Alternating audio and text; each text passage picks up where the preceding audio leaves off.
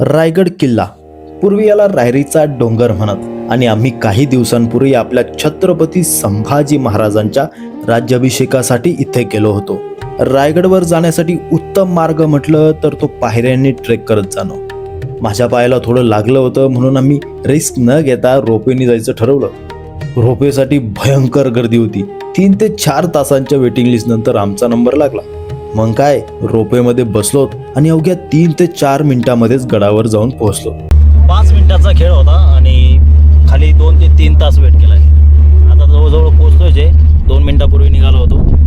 संध्याकाळचे साधारणतः 7 वाजले असतील जेव्हा आम्ही गडावर पोहोचलो. अंधार पण पडतच होता. सूर्याने केव्हाच टाटा बाय बाय केलं. फायनली रायगडवर आलो.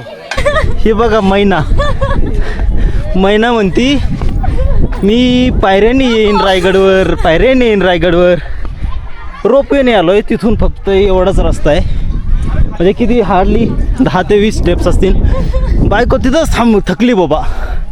हां, आणि दमली म्हणते. काय पायऱ्याने येणार होती तू? हे बायको, काय पायऱ्याने येणार होती तू? हां, काही नाही. तसं आम्ही तर गडावर मुक्कामासाठीच गेलतो. राज्याभिषेकाच्या आदल्या दिवशी म्हणजे ज्या रात्री आम्ही गडावर मुक्कामी होतो तेव्हा तिथे अन इतिहास घडला या टीमचे प्रतापगड पर्वचा कार्यक्रम होता. कार्यक्रम चालू होण्यासाठी थोडा वेळ होता तर आम्ही तोवर आमच्या बॅग्स आणि बाकी सामान तिथेच राजसदरेमध्येच ठेवलं आणि होळीच्या माळावर जागरण गोंधळासाठी गेलो.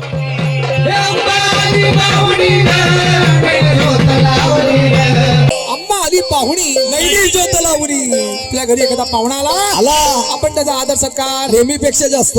पाहुणे अलीकडे या, पलीकडे पुण्यामध्ये कसं, पुण्यामध्ये असं आहे का? सतरंजीवर बसा. पाहुणे आल्यात का? आल्या काय म्हणतो आपण? काय पाहुणे आलात का? आलात. तुम्हाला किती वाजता आले? 6 वाजता. बरोबर आहे. तुम्हाला 7 वाजताची गाडी आहे. अरे, सदाशिव पेठेत राहता का तुम्ही? सदाशिव पेठेत नाही तरी आलो. चहा घेणार का? घेणार. कॉफी घेणार का? घेणार. वा. आणि याला काहीतरी द्या. त्याला काय देत आहे? त्याला वळवळ म्हणजे मॅगी. सध्या ज्येष्ठ नाही चालते. चावायला लागत नाही. पण काय झालंय, जशी खाद्य तशी तब्येती झालं पाहुण्यांचं. हो, जगदंबा पाहुणे आल्यावर घावी घाटमाळा देवीची पूजा केली. अबीर गुलाल सुहाग चंदना. आज प्रेमाने शिंपले म्हणजे वाहण्यात आलेत. बरं का? हो, असं जगदंबेचा आदर सत्कार केला. घवीत घाटमाळा देवीची पूजा आरास केली. अबीर गुलाल सुहाग चंदन. आज प्रेमाने शिंपले म्हणजे वाहण्यात आले. म्हणजे काय केलंय? आज आपल्या या रायगडावरती पाहुण्या नात्याने आले. ऐका नाही, परंतु आपल्या पाहुण्यांचा आदर सत्कार हल्लीच्या कलियुगामध्ये करतो कसा? पाहुणा अलीकडे या, पलीकडे बसा, सतरंजीवर बसा, कोचवर बसा, स्टुलावरती बसा. पाहुणा तुम्ही पाटाखाली घुसा. हो, पाटाखाली घुसायला टेकून एका झुरळे. भरपूर लोक आलते आणि जागरण गोंधळ चालू असताना असं वाटलं की हे संपावंच नाही. तर मग त्यानंतर आम्ही परत सदरेवर आलो आणि कार्यक्रमाची सुरुवात ढोल तासांच्या आवाजात सुरू झाली आणि त्यानंतर अन इतिहास घडला या कार्यक्रमाचे व्याख्यान सुरू झाले, ज्यामध्ये अक्षय चंदेल या दादांनी त्यांच्या व्याख्यानात आपल्या छत्रपती शिवाजी महाराजांनी अफजल्याला कसा फाडला याची पुन्हा एकदा आठवण करून दिली. जो हो गया उसे भूल जाओ. आओ शिवा, लग जाओ हमारे गले. आओ. आणि हा नदी धरणी इतिहासाच्या लेखणीने लिहिताना विचार केला. प्रतापगडचा वारा जणू स्तब्ध झाला. महामंगलामाय भवानीचा फुटका निघाला. जिजाऊचा शिवबा निघाला. शहाजी राजांचा स्वराज्य कर्तव्य शिरोमणी शिवबा निघाला. शंभू राजांचे आबासाहेब निघाले. मावळ्यांचे शिवबा राजे निघाले. अवघ्या महाराष्ट्राचं भवितव्य आता या भेटीत होतं. महाराष्ट्र धर्माचं भवितव्य या भेटीच्या भविष्यात होतं. राजांची पावले खानाच्या भेटीसाठी जवळ आली. भोसलाई छाती फुरफुरली. खानाच्या उजव्या खांद्यावर पहिली भेट झाली. सावकाशपणे डाव्या खांद्यावर दुसरी भेटी होणार. राजांच्या चिरेटोपाचे मोती हलले आणि खानाने चाल खेळली. राजांची मान डाव्या काखेत पकडली. अस्थिरीत जपलेली कट्यार बाहेर काढून राजाच्या पाठीवर वार केला. मारलेली कट्यार खाली खरखरत गेली. अंगावरचा अंगरखा आता फाटला होता. आतील चिलखत दिसायला लागलं. खानाने काखेत पकडलेला पाण्याचा आणखी जोर लावला. आता खानाचा दुसरा वार होणार होता. हा घात आजवर होतच आलेला होता. इंद्रप्रस्थला पृथ्वीराज चौहानांवर, चित्तोडला नटन रावण सिंहावर, तुळजापुरी पंढरपुरी मंदिर शिखरांवर हा वार आजवर होत आलेला होता. लाखो देहांवर सुलतानी सल्तनतीचा वार हा आजवर कितीतरी हिरण्यकश्यपू असे वार करतच आले होते. आज तोच वार शिवाजी राजेंवर करण्यासाठी अफजल खानाचा हात खड्ड्यात घेऊन उंचावला आणि तेवढ्यात खानाच्या कमरेतून रक्ताच्या चिरकांड्या काढत वाघ फिरली. हिरण्यकश्यपूच्या उतराहून नरसिंहाची नका फिरावी तशी शिवरायांनी खानाच्या कमरेत वाघनखाचा मारा केला आणि खानाचे बाहुपात सुटले. या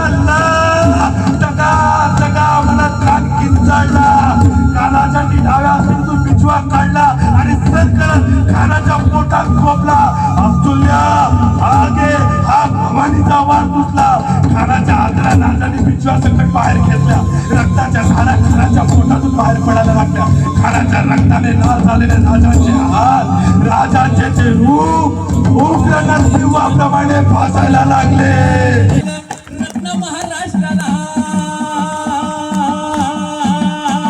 भूपती म्हणून ज्या सिंहासनाचा स्वीकार केला ते सिंहासन आज समोर आहे.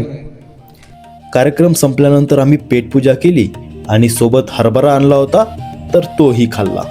नंतर म्हटलं चला राज सदरेमध्ये झोपूयात. भयानक थंडी होती. झोप तर काही लागली नाही. मग गेलो जगदीश्वराच्या मंदिराकडे, दर्शन घेतलं आणि नंतर महाराजांच्या समाधीसमोर जाऊन बसलो. त्यावेळी रात्रीचे 3 वाजले असावेत. महाराजांच्या समाधीकडचा भाग आपल्याला शांतता आणि प्रेरणा देतो. हिरोजी इंदलकर ज्यांनी गडाचं बांधकाम केलं त्यांच्या नावाच्या पायरीचं दर्शन घेतलं. हिरोजी इंदलकरांचं नाव ह्या पायरीवर का आहे हे पाहण्यासाठी वर आय बटनवर क्लिक करून तुम्ही पाहू शकता. मग तिथेच मंदिराच्या परिसरामध्ये थोडं झोपलोत आणि जेव्हा सकाळी उठलोत तर गडावरचं दृश्य बघण्यासारखं होतं. रात्री झोपायला राज दरबारामध्ये झोपलो होतो आणि सकाळी उठलो इथं. ॲक्च्युली सकाळी रात्री तिथं झोपच लागली नाही. सकाळी उठलो आणि इथे येऊन झोपलो. तिकडं भरपूर थंडी वाजत होती, खतरनाक. नंतर तिकडून इकडं आलो, समाधीचं दर्शन घेतलं आणि म्हटलं इकडे येऊन झोपावं. पुन्हा एकदा शिवरायांच्या समाधीचं दर्शन घेतलं आणि टकमक टोक बघायला गेलो. टकमक टोक या कड्याची उंची साधारणतः 1200 फूट असेल आणि स्वराज्याशी गद्दारी करणाऱ्या लोकांना इथून कडेलोट केली जात असे. विचार करा, एखादा माणूस इथून खाली पडला तर त्याचे जगण्याचे चान्सेस 0 आहेत. चला मग म्हटलं राजसदरेवर जाऊयात. राज्याभिषेकाचा कार्यक्रम चालू होणारच होता. मग बाजारपेठेतून आम्ही पुढे गेलो. बाजारपेठ आपल्या शिवरायांनी स्वराज्यातल्या जनतेसाठी गडावरच बाजारपेठ उभी केली होती. 44 दुकानांची ही बाजारपेठ, 22 दुकानं एका साईडला तर 22 दुसऱ्या. खरंच महाराजांनी त्या काळी जनतेसाठी किती छान सुविधा केली होती.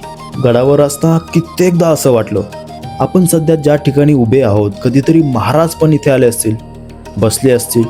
विचार करूनच खूप भारी वाटायचं. त्यानंतर मग शिरकाई मातेचं दर्शन घेतलं आणि लगेच छत्रपती संभाजी महाराजांच्या पालखीचं दर्शन केलं. आपल्या संभाजी महाराजांची पालखी वाजत गाजत राजसदरेच्या दिशेने निघाली.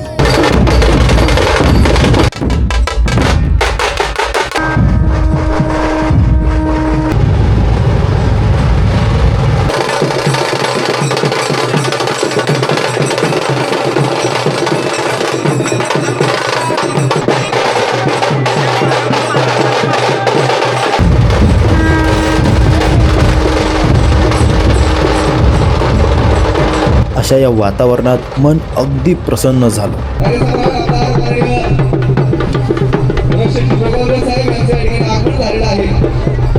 राज्याभिषेकाचा कार्यक्रम सुरू झाला आणि या कार्यक्रमाचा आम्ही भाग झालो. यातच आमची पुण्याई. राज्याभिषेकानंतर आपल्या छत्रपती शिवाजी महाराजांची आणि छत्रपती संभाजी महाराजांची आरती झाली.